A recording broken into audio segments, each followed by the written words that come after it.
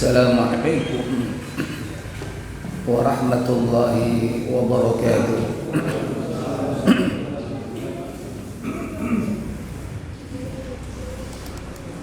Innal hamdalillah nahmaduhu wa nasta'inuhu wa nastaghfiruh wa na'udzu billahi min sururi anfusina wa min sayyiati a'malina. Man yahdihillahu fala mudilla lahu wa man yudlil fala hadiya lahu. Wa asyhadu an la ilaha illallah wahdahu la syarika lahu wa asyhadu anna Muhammadan abduhu wa rasuluhu la nabiyya ba'da. Allahumma salli wa sallim wa barik ala Muhammadin sallallahu alaihi wa ala alihi wa ashabihi wa man tabi'ahum bi ihsanin ila yaumiddin, amma ba'd. Puja dan puji syukur kita panjatkan hanya kepada Allah semata atas karunia yang Allah limpahkan kepada kita semua, dipundahkan kita berjumpa kembali di majelis ini dalam keadaan sehat walafiat. Semoga Allah Jalla Jalaluh memberikan kita ilmu yang bermanfaat untuk kehidupan kita dunia dan akhirat.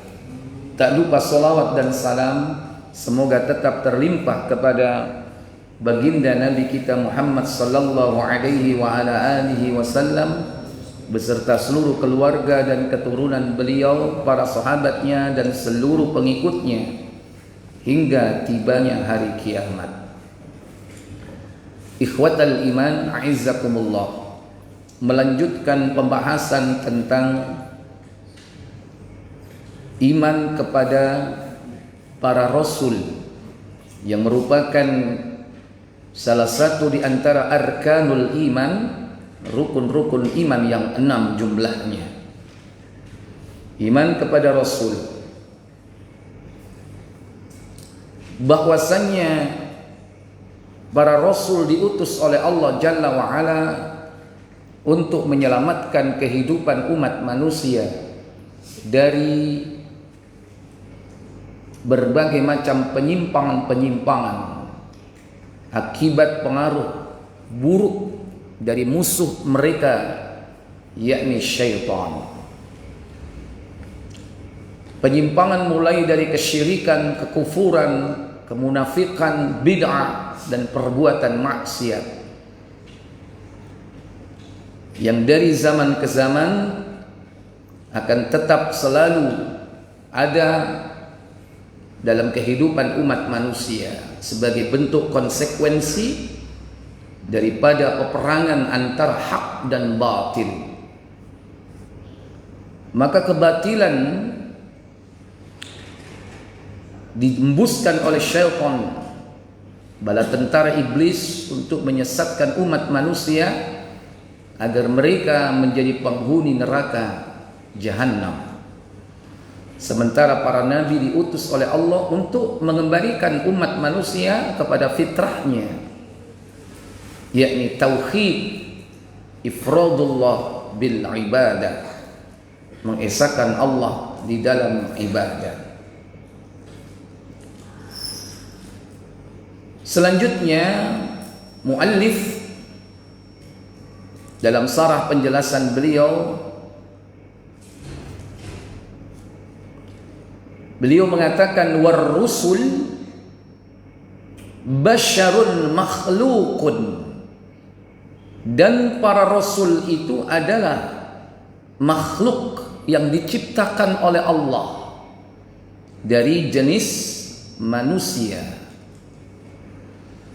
Laisa lahum min khasa'isir rububiyyah wal uluhiyyah syai', tidak memiliki sedikit pun kekhususan di dalam rububiyah dan uluhiyah.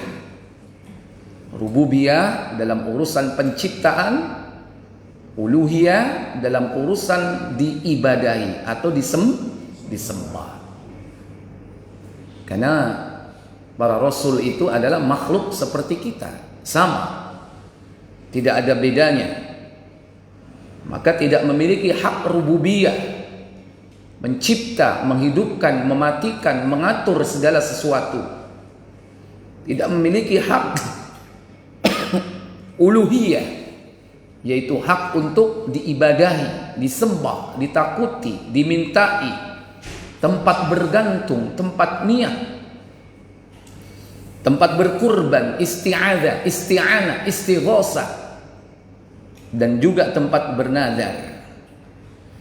Qala Allah Ta'ala an nabiyhi Muhammadin sallallahu alaihi wasallam, firman Allah Ta'ala kepada nabinya Muhammad sallallahu alaihi wasallam, wa huwa sayyidul mursalin, dan beliau adalah pemimpin para rasul, wa a'dhamuhum, dan yang paling agung di antara mereka, jahan indallah, yaitu kedudukannya.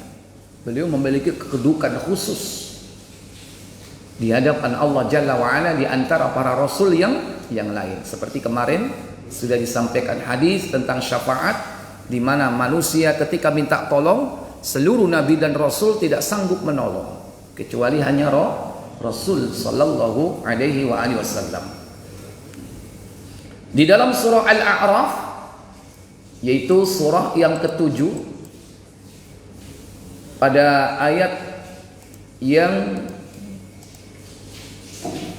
ke-188, Allah Jalla Jalaluh berfirman dalam ayat tersebut, qul la amliku li nafsi naf'an wa la darran illa ma syaa Allah walau kuntu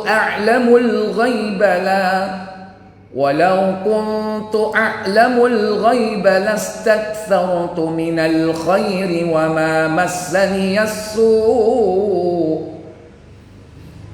in ana illa nadhirun wa basyirun liqaumin yu'minun. Apa kata Allah Jalla wa'ala? Katakanlah Muhammad, aku tidak berkuasa menarik kemanfaatan bagi diriku dan tidak pula menolak kemudaratan kecuali yang dikehendaki Allah. Dan sekiranya aku mengetahui yang gaib, tentulah aku mempertugaskan sebanyak-banyaknya, dan aku tidak akan ditimpa kemudaratan. Aku tidak lain hanya pemberi peringatan dan pembawa berita gembira bagi orang-orang yang beriman. Qul, katakan Muhammad, la amliku li nafsi naf'an wala dharra, aku tidak berkuasa menarik kemanfaatan bagi diriku dan tidak pula menolak kemudaratan, illa masya Allah, kecuali yang dikehendaki oleh Allah Jalla wa'ala. Jadi Nabi itu tidak bisa mendatangkan kemanfaatan untuk dirinya dan tidak bisa menolak kemudaratan kalau memang sudah dikehendaki oleh Allah. Kalau seandainya Nabi bisa mengambil kemanfaatan sebelum terjadi, niscaya tidak akan terjadi perang Uhud, di mana beliau, gigi geraham beliau retak, berlumur darah, bersimbah darah Nabi ketika perang Uhud. Padahal manusia mulia, mestinya akan kebal, ya kan? Dan ketika Nabi berperang, beliau senantiasa memakai alat-alat perangnya, baju besinya, pedangnya, dan peralatan perang yang lainnya. Demikian pula sahabat. Ini menandakan bahwa sekalipun manusia itu dimuliakan oleh Allah Jalla wa'ala, dia tidak bisa menolak madarat apabila Allah menghendaki, dan tidak bisa mengambil manfaat apabila Allah tidak menghendaki. Semua itu masya Allah, sesuai kehendaknya. Walau kuntu a'lamul ghaiba, dan sekiranya aku mengetahui yang gaib. Berarti Nabi itu tahu yang gaib atau tidak? Enggak tahu, kecuali yang diberitahu. Kata Nabi sallallahu alaihi wasallam, la astakthartu minal khairi wa ma massani as-su', tentulah aku akan membuat kebajikan sebanyak-banyaknya dan aku tidak akan tertimpa kemadharatan. Jadi enak-enak saja, nggak akan terkena madarat. Lebih tegas lagi, in ana illa nadhirun, aku tidak lain adalah yakni nadhirun, pemberi peringatan, wa basyirun, dan pembawa kabar gembira. Pemberi peringatan, diperingatkan manusia terhadap apa? Neraka. Diperingatkan manusia dengan neraka, dan pembawa kabar berita gembira, yaitu berita gembira berupa apa? Surga. Bagi siapa? Liqaumi yu'minun, yakni bagi orang-orang yang beriman. Wa qala ta'ala, dan juga firman Allah Ta'ala, yakni di dalam surah Jin, surah yang ke 70 berapa? 72 apa 71?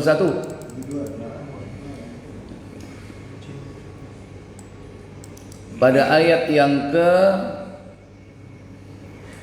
21 dan 22, Allah Jalla Jalaluhu berfirman dalam ayat tersebut, Qul inni la amliku lakum darran wa la rashada. Qul inni lan yujirani minallahi ahadu wa lan ajida min duni multahada. Apa kata Allah Jalla wa Ala? Katakanlah Muhammad, sesungguhnya aku tidak kuasa mendatangkan sesuatu kemudaratan pun kepadamu, dan tidak pula suatu kemanfaatan. Katakanlah Muhammad, sesungguhnya aku sekali-sekali tiada seorang pun dapat melindungiku dari azab Allah, dan sekali-sekali aku tidak akan memperoleh tempat berlindung selain daripadanya. Iya. Qul, katakan Muhammad kepada umatmu, inni la amliku lakum darra wa la rashada. Sekali-kali aku tidak akan berkuasa mendatangkan suatu kemadharatan pun kepadamu, hai umatku. Wala rasyada, dan tidak pula suatu kemanfaatan. Ini artinya manusia itu jangan sampai salah atau gagal faham. Dipikir Nabi itu segalanya, asal apa yang diminta pasti diberi. Apa yang diharapkan kemanfaatannya pasti akan datang. Belum tentu. Seandainya Nabi meminta kepada Allah kemanfaatan dan itu ada, terbukti karena Allah menghendaki. Karena itu adalah masyiatullah, yaitu atas kehendak Allah. Kalau Allah tidak menghendaki, tidak akan terjadi. Demikian pula madarat. Katakan kepada umatmu bahwa sekali-kali kami tidak bisa mendatangkan atau menghindari madarat kecuali jika Allah menghendaki semua itu. Qul inni la yujirani minallahi ahadun. Katakan Muhammad kepada umatmu, sesungguhnya aku sekali-kali tiada seorang pun yang dapat melindungiku dari azab Allah. Ini ucapan Nabi. Perhatikan, Nabi sendiri aja tidak sanggup yakni melindungi dirinya dari azab Allah Jalla wa Ala. Kalau Allah menghendaki azab, maka akan terjadi kepada siapapun, sekalipun dia manusia paling mulia. Kalau Allah menghendaki, apalagi kita. Walan ajida min dunihi multahada, dan sekali-kali aku tiada akan memperoleh tempat berlindung selain daripadanya. Tidak ada tempat berlindung kecuali hanya kepada Allah. Kalau Nabi saja berlindung kepada Allah, apalagi selain dari Nabi, manusia biasa yang tentu kedudukan mereka jauh daripada kedudukan para Nabi dan para Rasul. Maka kita diperintah untuk meminta perlindungan itu kepada Allah Jalla wa'ala. Bukan hanya isti'anah, tapi juga isti'adah. Kalau isti'anah, minta tolong secara umum. Secara spesifik, yaitu apa? Meminta perlindungan. Kalau meminta tolong dalam segala hal, yang baik maupun yang buruk. Tapi kalau minta tolong, minta perlindungan, yaitu perlindungan dari yang buruk.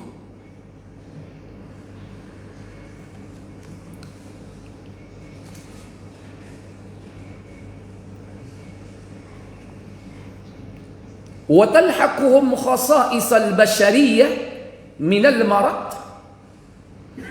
Dan Allah menciptakan yakni makhluk basyariyah, manusia itu sebagaimana makhluk-makhluk yang lain.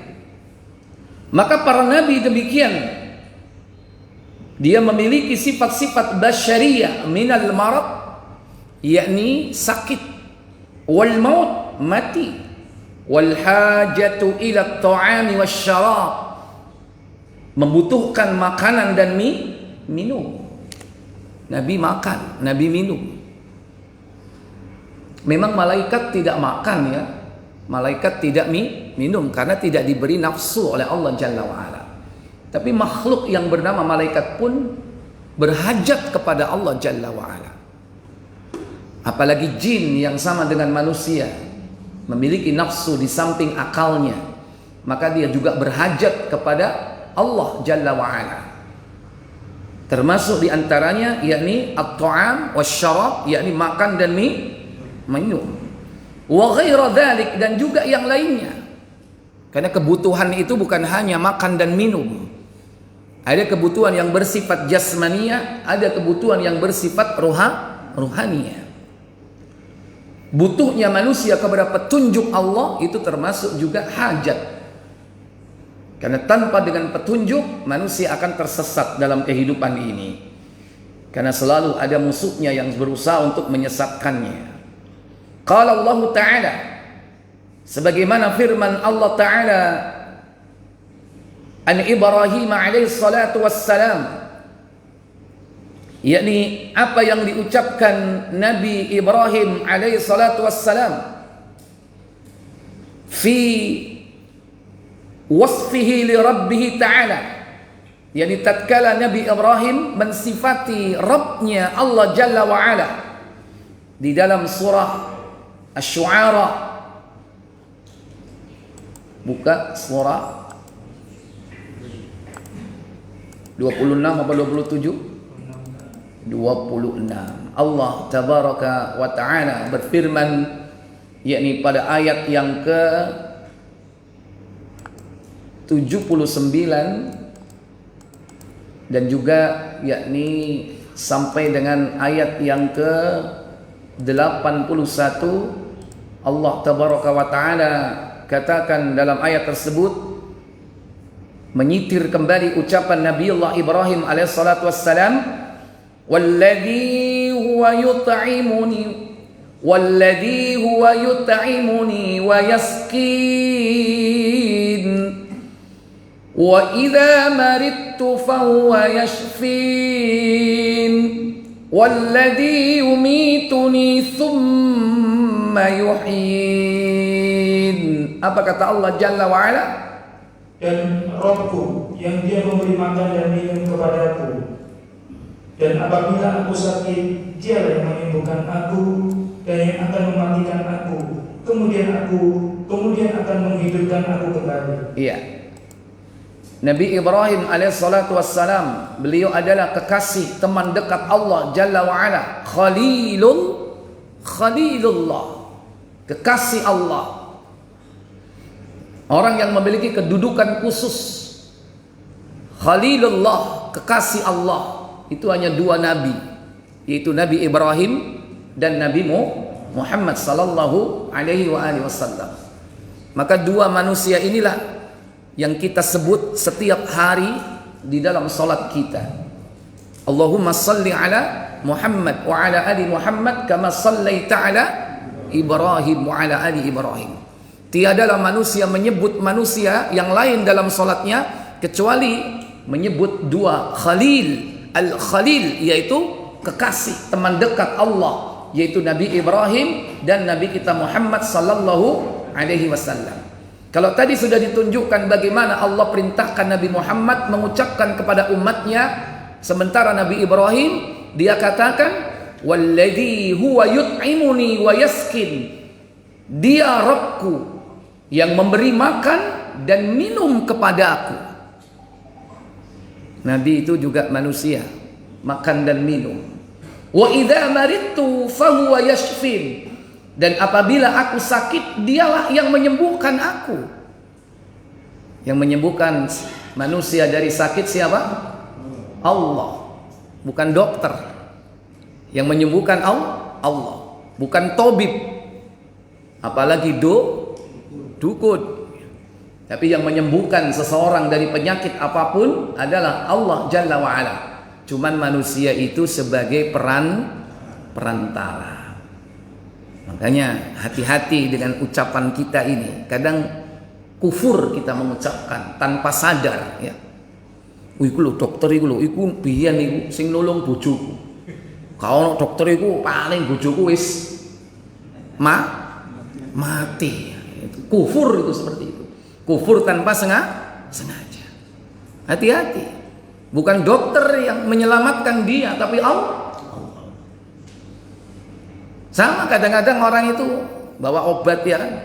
Untung aku nggowo obat. Kalau obat itu mati ya. Kalimat seperti itu kadang sering terucap, dan itu bentuk kekufuran. Walaupun itu tergolong kufur kecil, tapi hati-hati.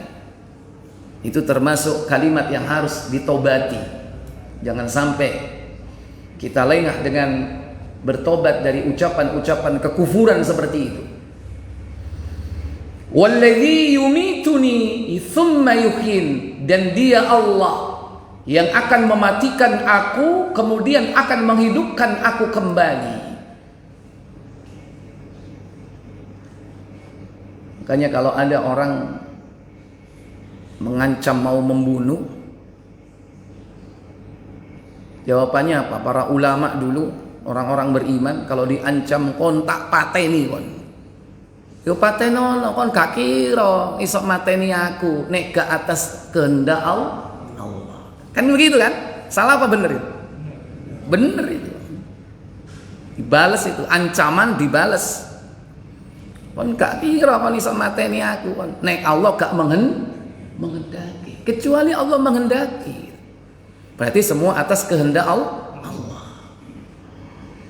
Artinya bahwa sekalipun manusia itu memiliki kedudukan tinggi di hadapan Allah Jalla wa'ala, maka manusia tidak bisa memiliki sifat-sifat rububiyah dan juga uluhiyah. Wa qala an-nabiy sallallahu alaihi wa alihi wasallam, innama ana basyarun mithlukum,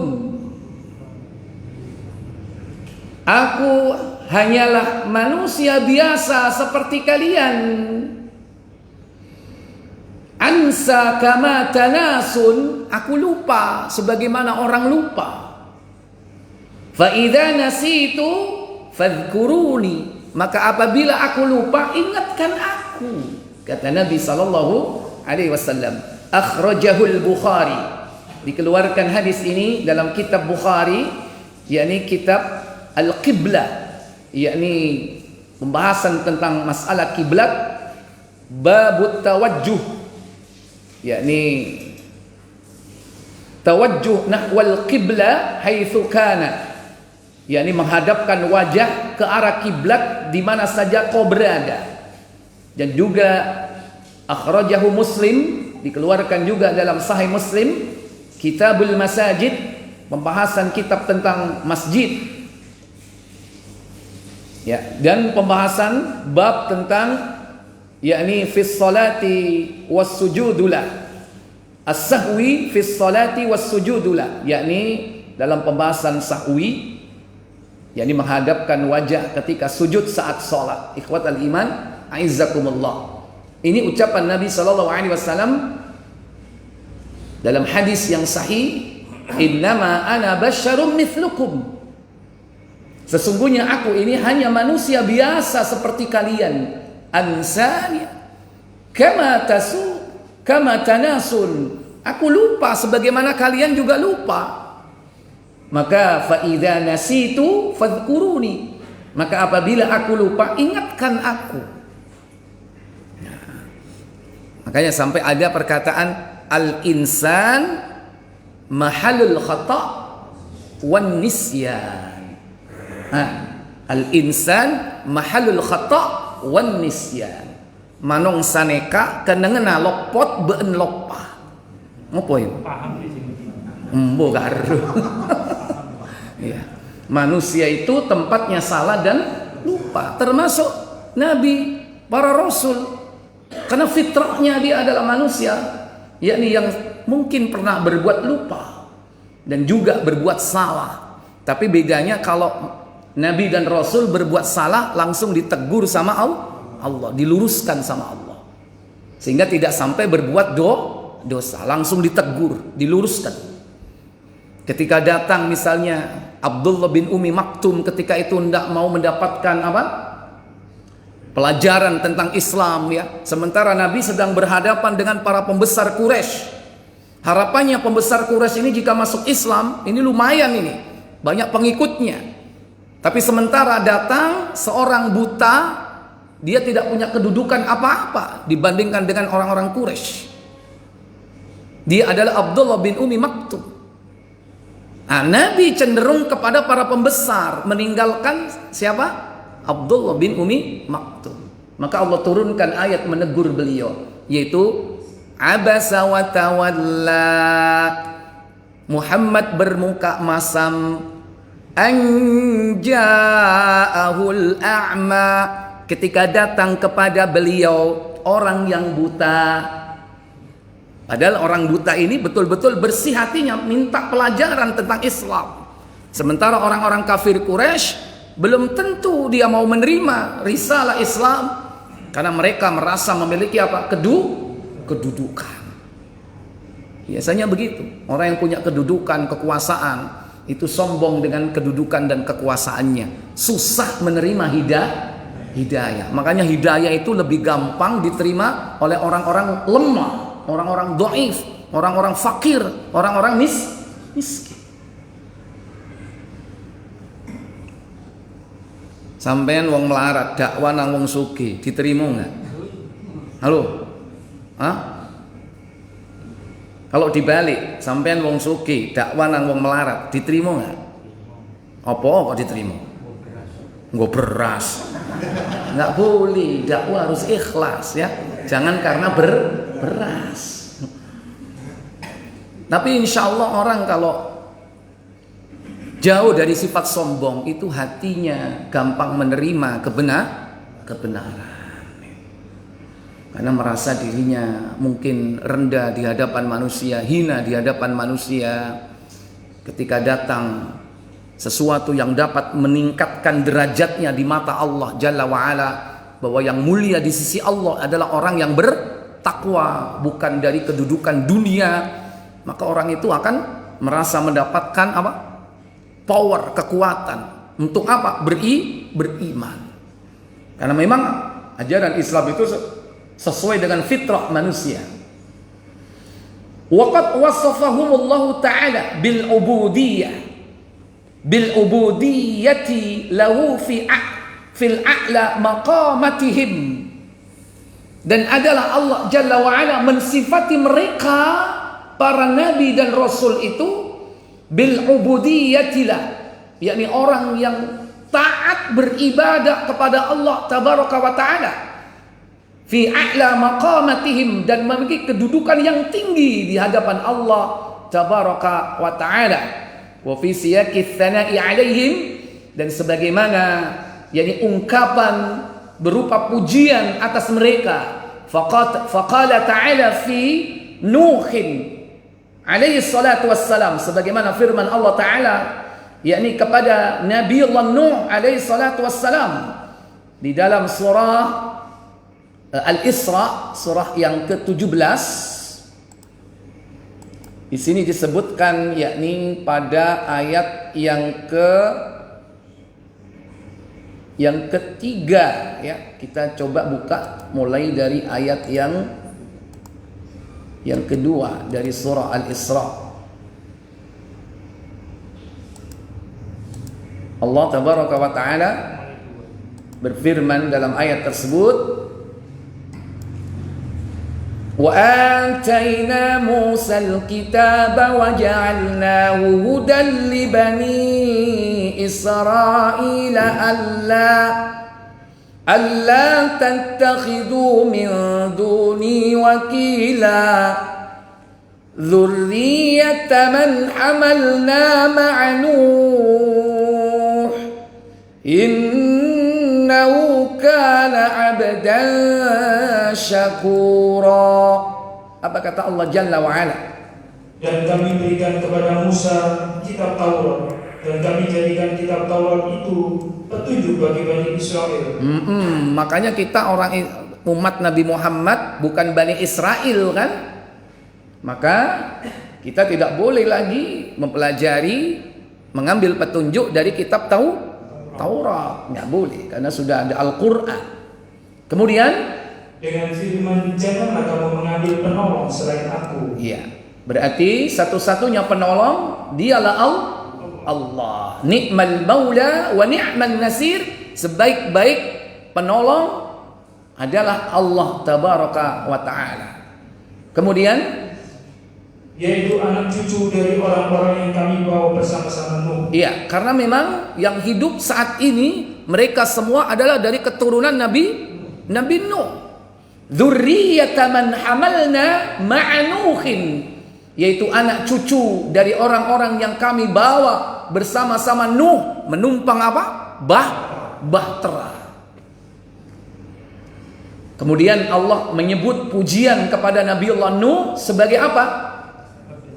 Yakni innahu kana 'abdan syakura, yaitu sesungguhnya dia adalah hamba Allah yang banyak bersyukur. Iya. Nabi yang disebut dengan abdan syakura adalah Nabi siapa? Nabi Nuh, hamba Allah yang pandai bersyukur kepada Allah Jalla wa'ala. Dan Nabi kita Muhammad juga berharap mendapatkan gelar itu. Pernah disampaikan kepada Aisyah, afala uhibbu an akuna abdan syakura, apakah kau tidak suka jika aku dijuluki Allah sebagai hamba yang pandai bersyukur? Karena apa? Karena Aisyah pernah mengatakan, kenapa sih bang engkau selalu beribadah setiap malam, seperti itu tahajudnya, padahal Allah sudah mengampunimu. Ghufira lahu ma taqaddama min dambi, dosa-dosamu yang lalu, wa ma ta'akhkhar, dan juga yang akan datang sudah diampuni oleh Allah. Dijamin itu dosa diampuni oleh Allah yang lalu dan yang akan datang. Tapi tetap Rasul ibadahnya kakinya sampai bengkak.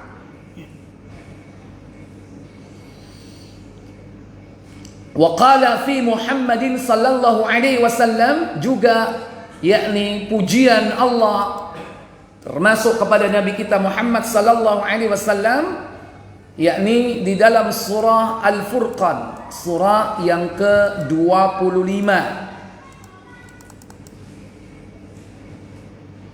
yakni pada ayat yang pertama.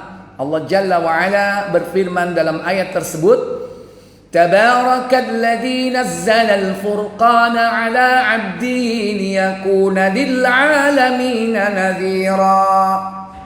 Apa kata Allah Jalla wa Ala? Maha suci Allah yang telah menurunkan Al-Furqan, yaitu Al-Quran, kepada hambanya, agar dia menjadi pemberi peringatan kepada seluruh alam. Iya. Ini menunjukkan bahwa Nabi kita Muhammad diutus bukan untuk satu kaum saja, bukan diutus hanya untuk bangsa Arab, tapi juga ajam.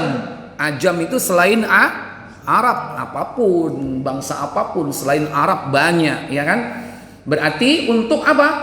Lil alamina, untuk seluruh alam. Makanya Allah katakan tabarakalladzi, maha suci Allah yang nazzala al-furqan, yang menurunkan al-furqan. Nama lain dari Al-Quran adalah al-furqan, yang artinya apa? Pembeda antara hak dan batil. Ala abdihi, yakni atas hambaku, yakni Muhammad sallallahu alaihi wasallam, liyakuna lil alamin nadhira, agar dia memberikan peringatan untuk seluruh alam. Sepadan dengan kalimat wa ma arsalnaka illa rahmatan lil alamin, dan tidaklah aku mengutus engkau Muhammad melainkan sebagai rahmat untuk seluruh alam. Ya, kalau rahmat itu berarti yakni ampunan, kebaikan.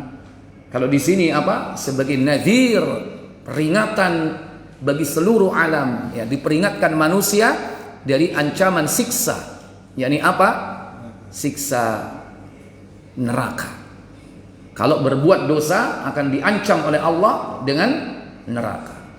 Wa qala fi Ibrahim, demikian pula Allah berkata, berfirman kepada Ibrahim, memberikan pujian. Wa Ishaq wa Yaqub, juga Ishaq, Yaqub sallallahu alaihi wasallam, di dalam surah yakni surah Sad pada ayat yang ke 45 dan 47.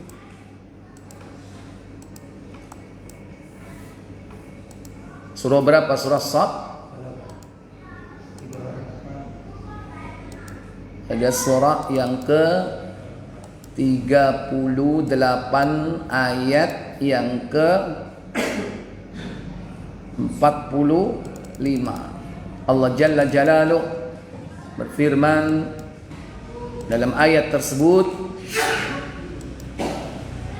Wadhkur ibadana Ibrahim wa Ishaq wa Yaqub ulil aidi wal absar inna akhlasnahum bi khalisatin dhikrad dar wa innahum indana laminal mustafainal akhyar. Apa kata Allah Jalla wa Ala? Dan ingatlah hamba-hamba kami Ibrahim, Ishak dan Yakub yang mempunyai perbuatan-perbuatan yang besar dan ilmu-ilmu yang tinggi.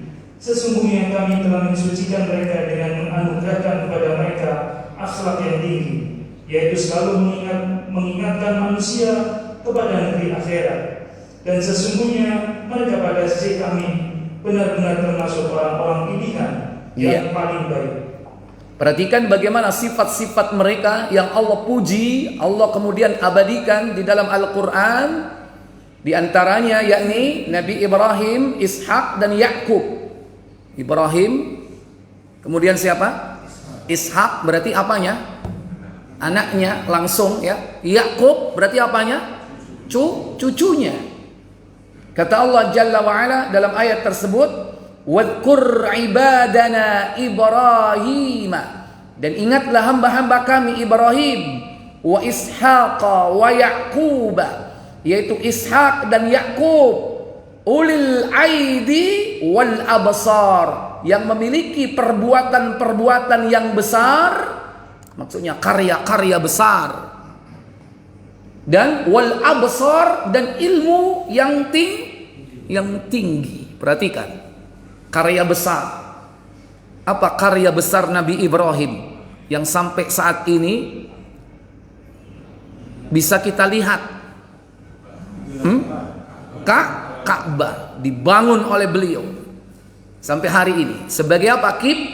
Kiblat kaum muslimin. Sehingga kita sholat pun menghadapnya. Tawaf berkeliling Ka'bah. Ini karya. Padahal bangunan sederhana, berbentuk kubus. Lebih rumit mana dibandingkan dengan Candi Borobudur? Halo? Lebih rumit mana? Lebih rumit candi. Tetapi yang menjadi pusat perhatian dan kecintaan manusia, Borobudur apa Ka'bah? Hah? Ka'bah. Rindu nggak kalau orang sudah pernah ke sana? Pengen balik nggak? Apa meneh sing durung tau rono? Sampai nang omahe iku digambar apa? Ka'bah saking kepingine. Ya. Ono enggak nang omahe sampean gambar Borobudur? Keislamannya dipertanyakan ini. Ya kan?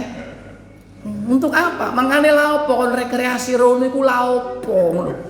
Arep golek opo? Ya kan? Itu.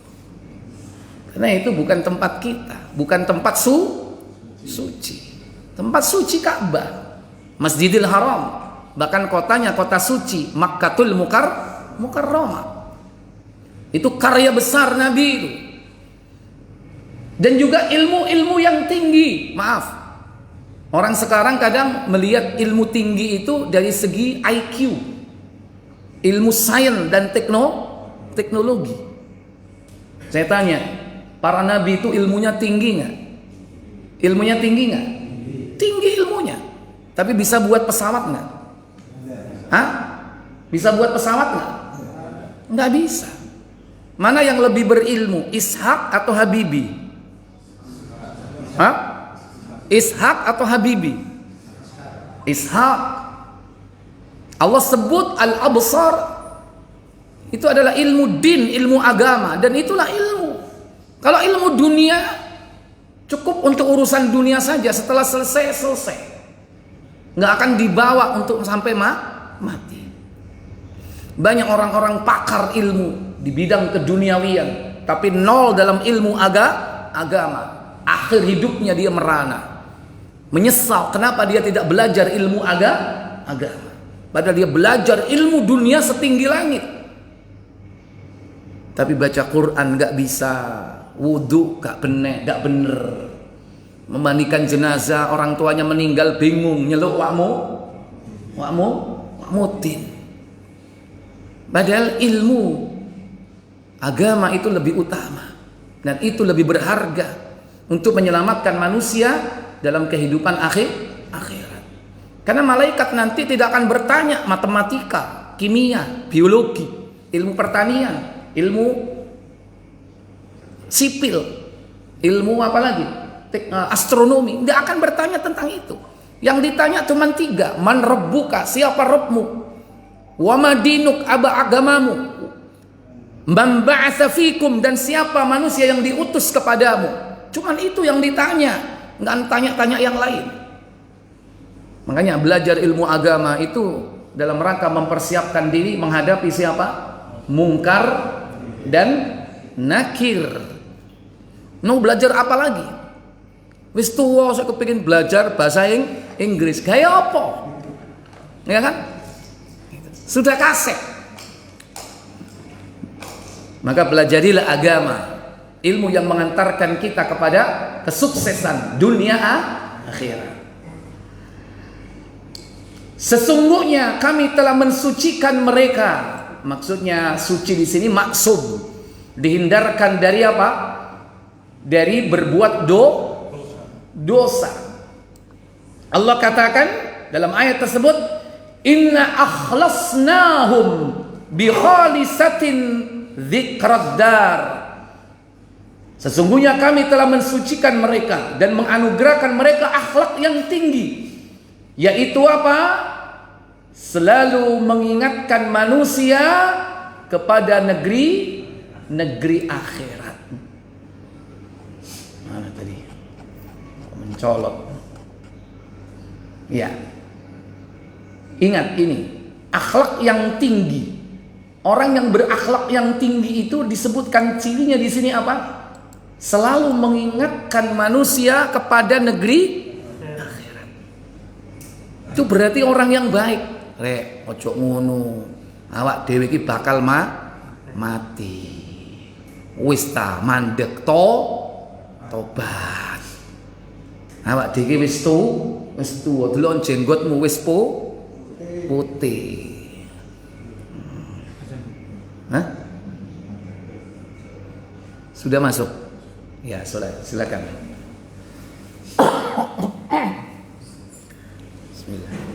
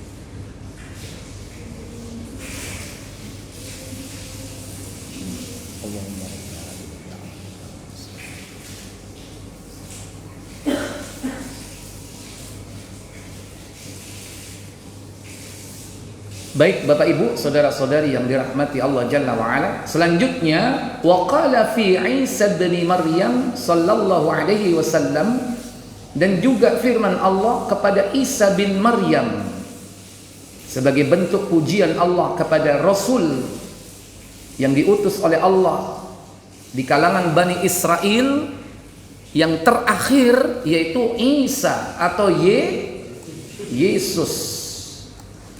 Karena Isa itu bahasa Arab, Yesus bahasa Latin ya. Cuman bedanya bahasa saja gitu. Jadi Yesus itu seorang nabi. Kata Allah Jalla wa Ala, "In huwa illa 'abdun an'amna 'alaihi wa ja'alnahu mathalan li bani Israil." surah Az-Zukhruf 43. Yani pada ayat yang ke-59.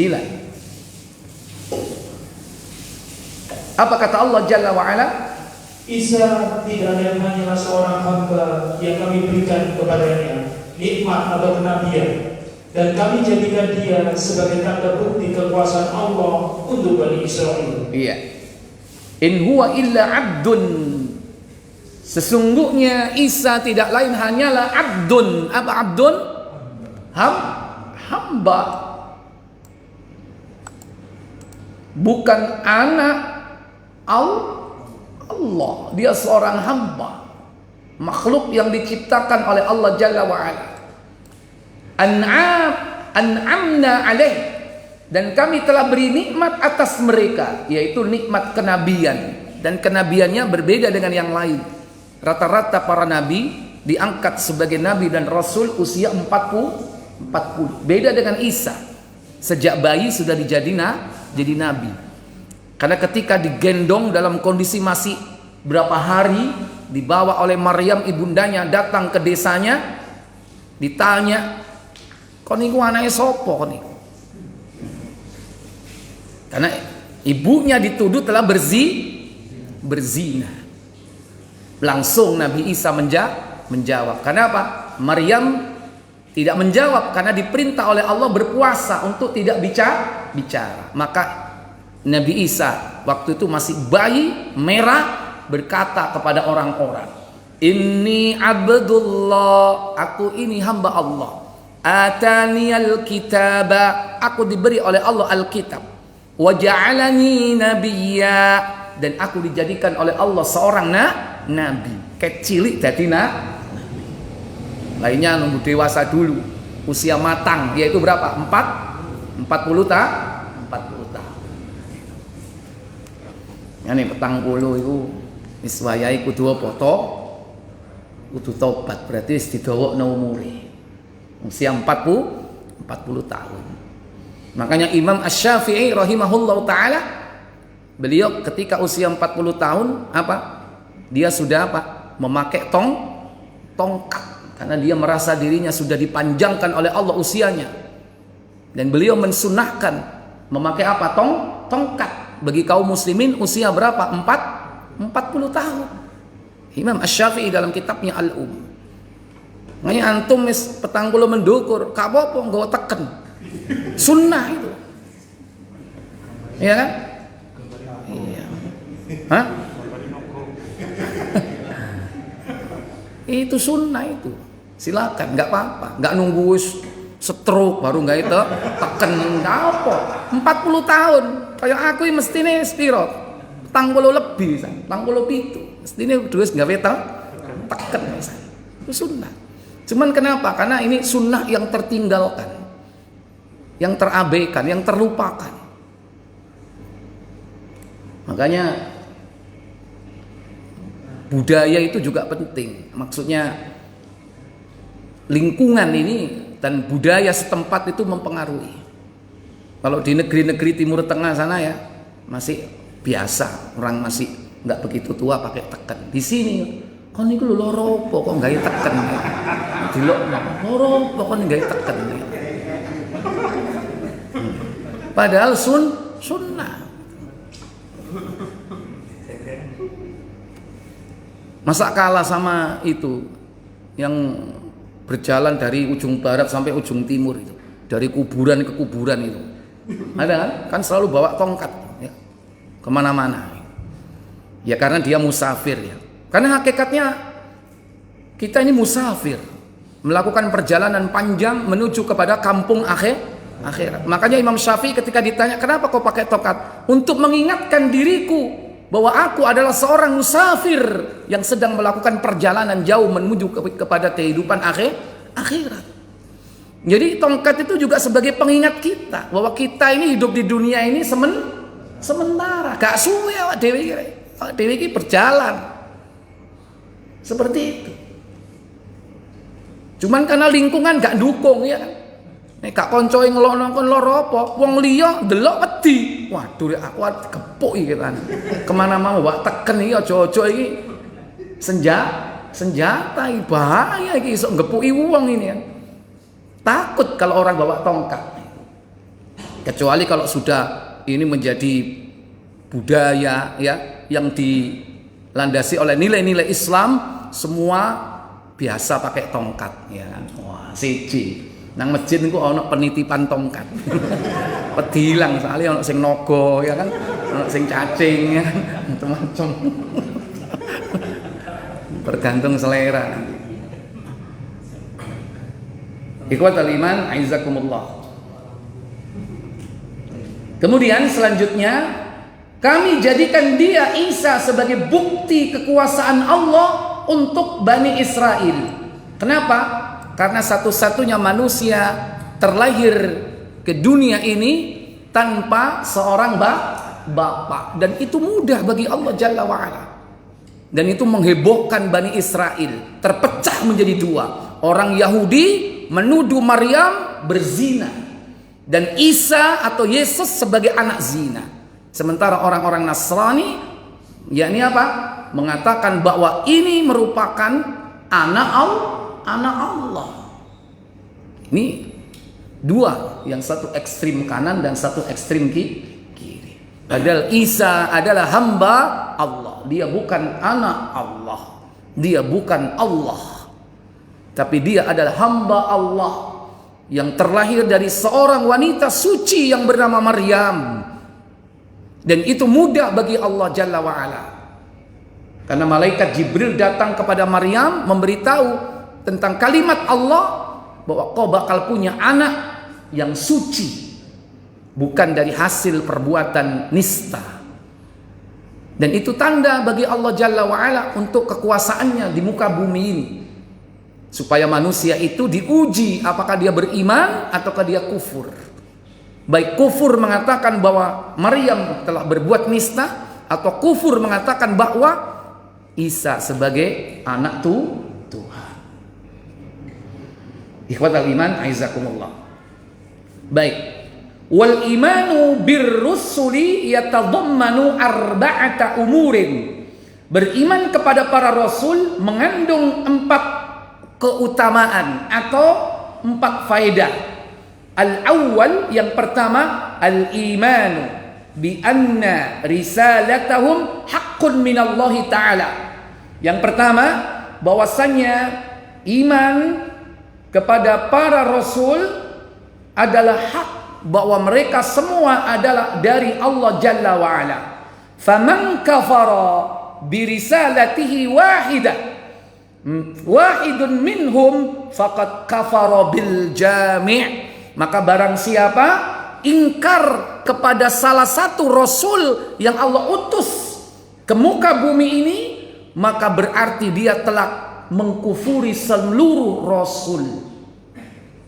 Hati-hati. Mengkufuri satu rasul saja, tidak beriman kepada rasul satu saja, maka berarti dia tidak beriman kepada seluruh rasul yang ada. Contoh, Yahudi mengakui Nabi Musa sebagai rasul, Nabi Daud, Nabi Sulaiman, Nabi Yahya, Nabi Yunus, Ilyas, Ilyasa, Zakaria, Yahya, ya. Tapi begitu datang Isa, mereka tidak percaya kepada Isa. Berarti kufur. Demikian pula yang kedua, orang-orang Nasara dan juga orang-orang Yahudi ketika datang Nabi kita Muhammad sallallahu alaihi wasallam, mereka mengakui enggak kerasulan Nabi kita Muhammad? Mereka tidak mengakui. Walaupun hanya satu nabi yang tidak diakui, berarti sama dengan apa? Mengkufuri semuanya. Faman kafara birisalatin wahidah minhum faqad kafara bil jami'. Siapa yang mengkufuri salah seorang dari nabi atau rasul yang diutus, maka sesungguhnya dia telah mengkufuri semua nabi dan rasul. Bahaya nggak? Bahaya. Makanya orang beriman itu harus mengimani seluruh para nabi dan rasul. Makanya kita diperintah untuk selalu mengingat firman Allah dalam surah Al-Baqarah, amanar rasulu bima unzila ilaihi mir rabbi wal mu'minun. Ya. Amanar rasulu, Mereka beriman kepada Rasul. Dan juga apa? Bima unzila ilaihi, apa yang diturunkan kepadanya. Mir rabbihi, dari Rabbnya, berarti ajarannya. Wal mu'minun, dan juga orang-orang beriman, mereka semua beriman kepada para Rasul. Kullun amana billahi, mereka semua orang-orang yang beriman, orang-orang mukmin beriman kepada Allah. Wa malaikatihi wa kutubi, kullun amana billahi wa malaikatihi wa kutubihi wa rusuli. Semua orang beriman kepada Allah, beriman kepada kitabnya, beriman kepada Rasul utusannya, semua. La nufarriqu baina ahadim mir rusuli, dan tidak membeda-bedakan antara Rasul yang satu dengan Rasul yang lain. Suatu hari pernah orang Yahudi sama orang Arab yang menganut Islam, ya, kaum muslimin dan orang Yahudi berkelahi. Lebih mulia siapa? Nabi Musa apa Nabi Muhammad? Berkelahi. Terdengar oleh Rasul sallallahu alaihi wasallam. Sudahlah, jangan kau beda-bedakan antara aku dengan Musa, kata Nabi. Beliau mengatakan, ketika nanti di akhirat Allah bangkitkan manusia di padang mahsyar, akulah orang pertama kali yang bangkit dari kubur. Tapi begitu aku bangun dari kuburku, aku sudah melihat Musa sedang berpegang di tiang arsy. Aku tidak tahu apakah Nabi Musa termasuk orang yang tidak dimatikan ketika tiupan sangkakala, ataukah dia dibangkitkan sebelum aku. Ya, berarti dua-duanya lebih utama kan? Kalau tidak dimatikan berarti lebih utama, atau dibangkitkan lebih dulu berarti juga lebih utama. Ini hujjah Rasulullah ketika apa? Berkelahi ini orang Islam dengan orang Yahudi. Kenapa? Saling menonjolkan satu dengan yang lain. Makanya di situ ditegaskan, la nufarriqu baina ahadim mir rusuli. Orang beriman itu tidak membeda-bedakan antara Rasul yang satu dengan Rasul yang lain. Semua mereka diimani. Ikhwatal iman, aizakumullah. Jadi berhati-hati dalam perkara beriman kepada Rasul. Maka di antara keimanan kepada Rasul, siapa yang mengimani sebagian, mengkufuri sebagian, hakikatnya dia telah mengkufuri seluruhnya. Wallahu a'lam. Untuk faidah atau perkara yang kedua dan ketiga dan keempat, insyaallah kita akan sambung di waktu yang akan datang. Silakan kalau ada pertanyaan, saya berikan waktu.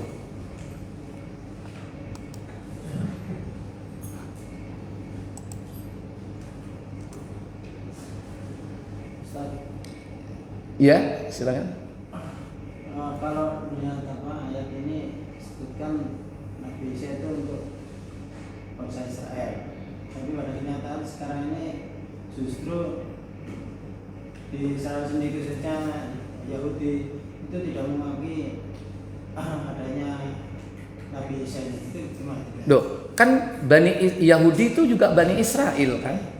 Jadi diutus kepada Bani Israel itu termasuk yaitu orang-orang Bani Israel yang dulu mendapatkan kitab Taurat. Itu. Ya, semua Bani Israel harus beriman kepada Nabi Isa ketika diutus Nabi Isa. Tapi kenapa mereka tidak beriman kepada Nabi Isa?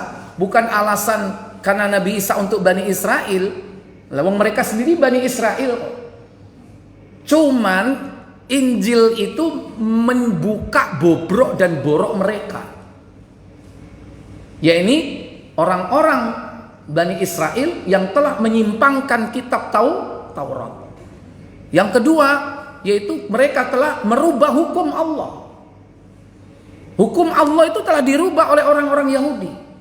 Contoh hukuman zina. Mestinya bagi mereka yang muhson, sudah pernah menikah, harus dirajam sampai mati. Tapi dirubah sama mereka dengan cara apa? Halo? Buka Muslim. Wah, durung metu teko kotak wae. 1678.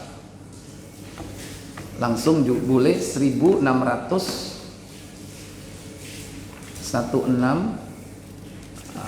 1681 bisa.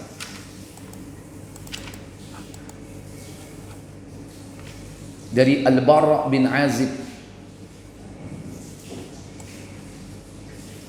Dari Bara' bin Azib radhiyallahu anhu katanya, pada suatu ketika lewat di hadapan Nabi sallallahu alaihi wasallam seorang Yahudi yang dicat hitam dan didera. Dicat hitam tubuhnya semuanya, kemudian sambil didera, sambil dipecuti, ya. Kenapa?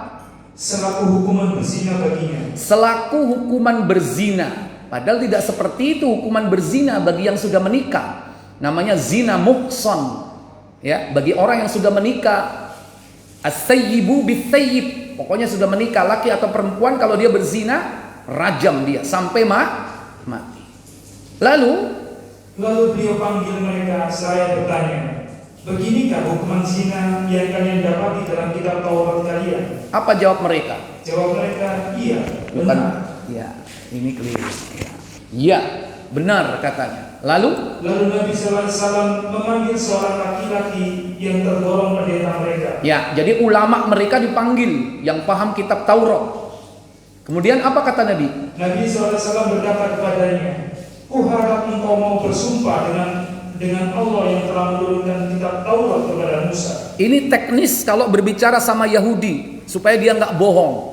Ya, ucapkan kepada mereka, kuharap kau bersumpah atas nama Allah yang menurunkan Taurat kepada Musa.